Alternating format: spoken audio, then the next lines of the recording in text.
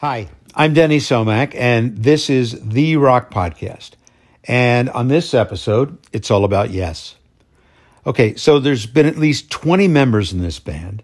I figured I'll try and see what I can gather up from the archives and make this fairly comprehensive.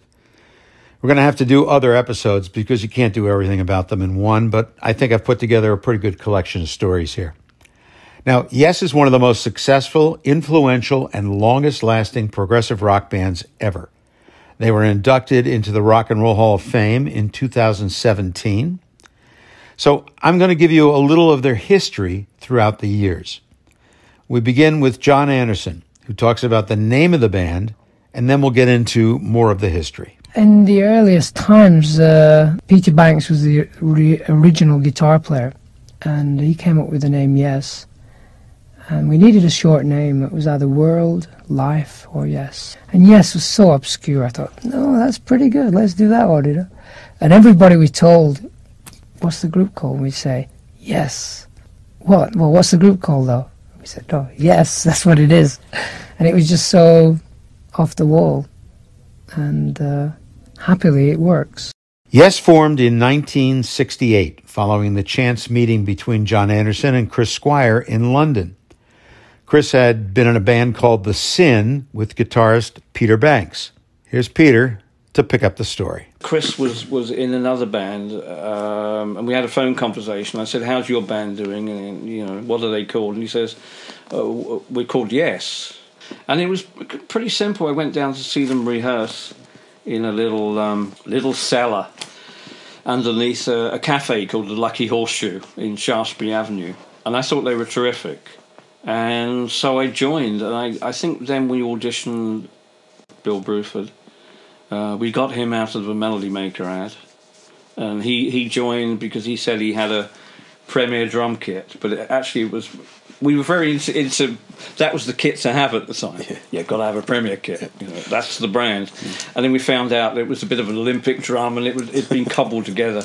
But Bill was fantastic, you know, and I thought, you know, because I was always leaning more towards jazz, and Bill was a die-hard bebopper at the time, and we had a lot of. Bill taught me quite a lot about jazz I didn't know, and we used to sit around and listen to John Coltrane and Sonny Rollins and all that kind of thing. So that was good. And then Yes, I think we only rehearsed for a week or 2 weeks, and then we did a gig. And I think the second gig was at the Marquee. And then we got a residency at the Marquee. First as a support band and then as the main band. The writing didn't come till a little later. I mean, Jon had a lot of ideas for songs. But because of the short rehearsal time, we just... we were doing covers. We did Beatles. We did a Traffic song, Heaven Is In Your Mind. We did a thing by The Fifth Dimension.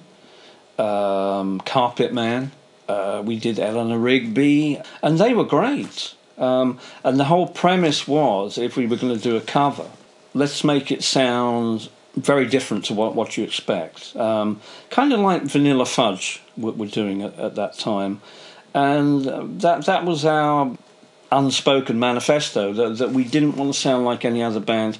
I was desperately trying to avoid playing blues guitar licks, which most guitar players were doing at that time, and I was very consciously going out of the way to avoid cliches that came from other guitar players. So we would take a piece of music and then stick a bit of cowboy music in it, you know, so you want something from the Magnificent Seven, we can do that. And it was we just cobbled together bits of everything. Let's put a bit of Gustav Holst in here. Let's have a little bit of Stravinsky in here. And for some bizarre reason, it worked. And we became pretty good.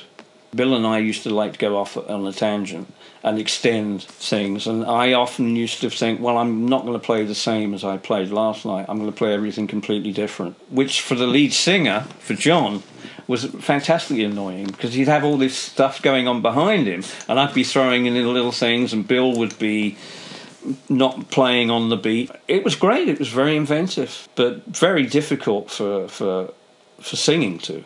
Strange band. We weren't really a rock band. I don't know what we were, but it was certainly we certainly didn't sound like anybody else.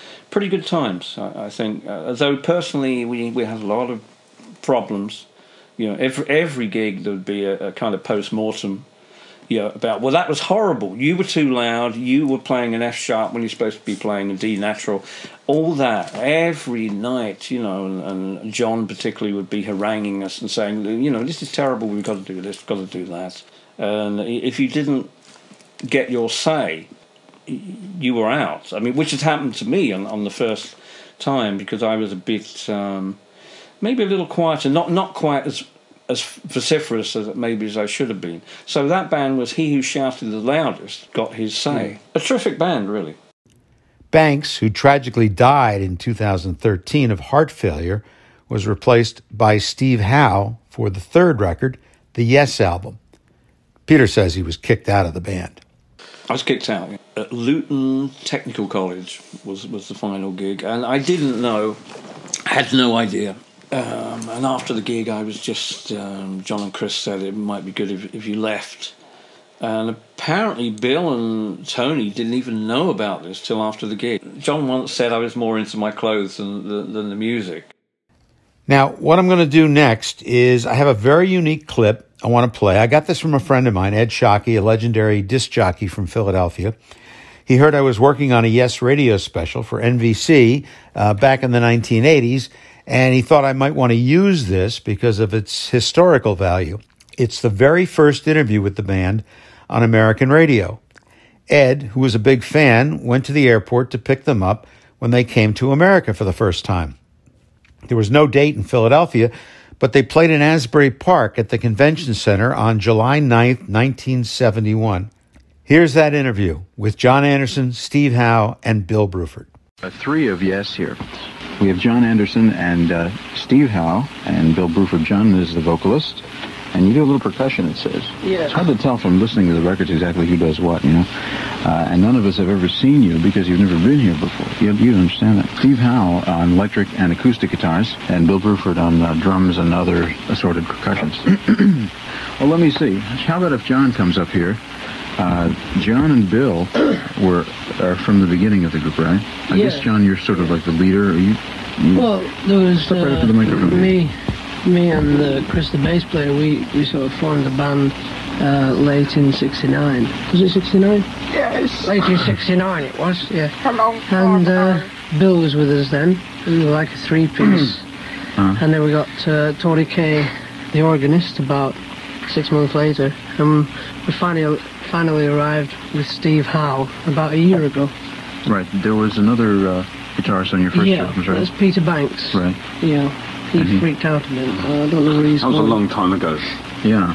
Somebody just called me just in a couple of months ago and said, "Hey, whatever happened to that?" They said, "Yeah, did you notice that Yes changed guitars from this and then this new?" Because the new album is very new still. I think it's the most famous thing we ever did, actually. He changed guitars. Yeah. In Luton. And Peter Banks just kind of disappeared. Peter was a very good guitarist, but we didn't seem to get on with him too well, and we seemed to lose contact with him musically and finally mentally, if you like. Mm-hmm. So we decided to get a new guitarist, and we were very lucky to find Mr. Steve Howe. Where did you find him? He was just wandering around the streets? He was wandering around, bumming around. He wasn't doing anything. Were you with another group? Yeah, I've been in bands for a long time, but I was out of the gig. It was only... There's a review in the new Rolling Stone, which we just picked up, about your album, and it's a good review. I didn't read it yet. Well, I think it's a pretty good review. Bill's been hugging. And they said one of the things about your band that makes it so distinctive is your falsetto vocals, or your high-pitched vocals. And they said that they're glad that somebody didn't try to force you to sound like everybody else by putting in low voice vocals and things like that. I guess, Jon, you take credit, I guess, for that. I don't know. I listen a lot to Beach Boys and Fifth Dimension, and you get vibrations from all that kind of. This is Yes, and they just happen to be in town. They're going to be playing in Wildwood tonight, in fact, but I think the concert is sold out. That's what we understand. Members of Yes, with their first interview in America. They had just released the Yes album, which is one of their classics. Now, Ahmet Ertegun, legendary co-founder of Atlantic Records, who signed the band, said this. I think that there was a significant change in their conception of their music, which occurred, I guess, at the first album that we really felt that on was the Yes album. We really hit pay dirt, so to speak, and they really found their style. The Yes album started to get some traction as the band toured, and the next thing you know, they go into the studio and they do another album called Fragile. And this really brings them to their biggest success to date because it's got Roundabout on it, and it has Rick Wakeman, who just joined the band, replacing Tony Kaye. Tony talks about his leaving. We played support to Jethro Tull on the first tour. And America never really seen anything like ours. We gradually built up a following over here, and you knew that Yes was going to, do something over here. They were definitely going to go a long way. And I knew at the end of that American tour. And then we went back to England and played a big concert, which was my last concert at Crystal Palace. And suddenly there was, the first concert, there was thousands and thousands of people there. And I left after that. That was my last concert with them. So I knew that it was going to be big, but it wasn't for me at that time. Tony went on to play with David Bowie, later Badfinger, before eventually rejoining Yes for the 90125 album. Enter Rick Wakeman. This is co-founder Chris Squire. At that time, we wanted to evolve, the keyboards. We wanted to sort of start using the Mellotrons and the early Moog synthesizers and stuff. And Tony wasn't totally sure that was the right thing to do, because he felt really at home with the Hammond and the piano and stuff like that, because he understood them. And so I don't think he wanted to rush into sort of getting lots of new technology instruments that he didn't really understand, But of course, Rick Wakeman was kind of already doing it. A little background on Rick Wakeman. He'd been in a band called the Straubs and had done a number of sessions, notably David Bowie on Space Oddity and Life on Mars, Cat Stevens on Morning Is Broken, and he played on Elton John's Madman Across the Water and Lou Reed's first solo album, and a lot of others. In fact, if you go to one of Rick's solo concerts, he plays a number of those songs in his show. I have a clip here from Rick talking about the audience who comes to see a Yes concert, and it's the perfect explanation. Yes concerts are something unique in as much as you've got to like Yes music to queue up to come to a concert. You don't get very many kids who come, well, I think I'll go on the off chance. Because it's not that sort of music that you can go on the off chance to listen to. You've got to love it to come. Continuing the saga of Yes, the next to leave was Bill Bruford. He wanted to join King Crimson, which he did. And then he played with Genesis for a bit. Bill Bruford had his own style. What kind of drummer was he? And I was really a jazz drummer in Yes. It's just that having heard that drums could be played in another way, having heard it via jazz, then I just brought this to pop. I thought all pop musicians were going to play like that. I didn't know that pop drummers played real simple stuff. Nobody told me to stop playing jazz, so I played jazz in what I thought was pop, but it turned out to be jazz in Yes. I don't know if you saw a recent poll that came out, and Bill was picked the #1 progressive drummer of all time. That brings us to drummer Alan White. He joined the band just in time to record the triple live album titled Yes Songs. Alan had played with John Lennon and the Plastic Ono Band. That's him on Instant Karma and Imagine. He also played on George Harrison's All Things Must Pass, and he was playing with Joe Cocker when he got the call to join Yes. I got the phone call in Rome from a man who actually manages this band now, Tony Dimitriadis, who was my friend then. He called me in Rome and said, yes, we would like you to join them. And I was doing the last gig of the Joe Cocker tour at that time. So it all kind of fit in together, jumped on the plane the next day, And then John and Chris came around to see me. Said they'd throw me out of the window if I didn't join the band. And Chris is a lot bigger than I am. And I said, okay. Yes has a unique relationship with the visual artist Roger Dean. So we should talk about him and how he got started designing album covers and T-shirts. Jon Anderson. The main feeling about bringing in Roger Dean was to stamp a sort of visual thing to the band, because we didn't think we were very visual to look at. We weren't Mick Jagger or Bowie or very outward-going people. We were very sort of introverted on stage visually. We just play our music. We thought we were just musicians and that was it. And we didn't have to dance around to prove any point. We just had to play our music.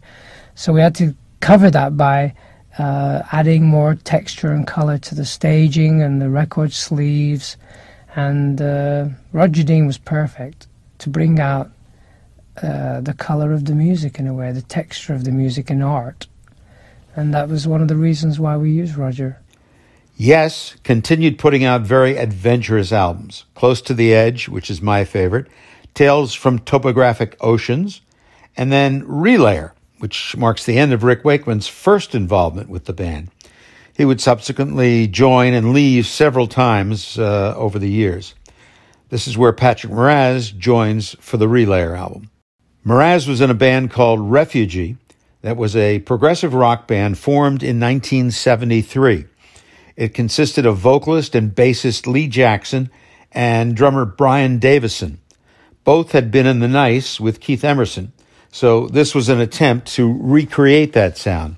But Patrick was contacted to be in Yes, and we want to include something from him. I had to learn 9 albums of Yes's material in a couple of weeks or whatever, during actually, and recording at the same time, Relayer.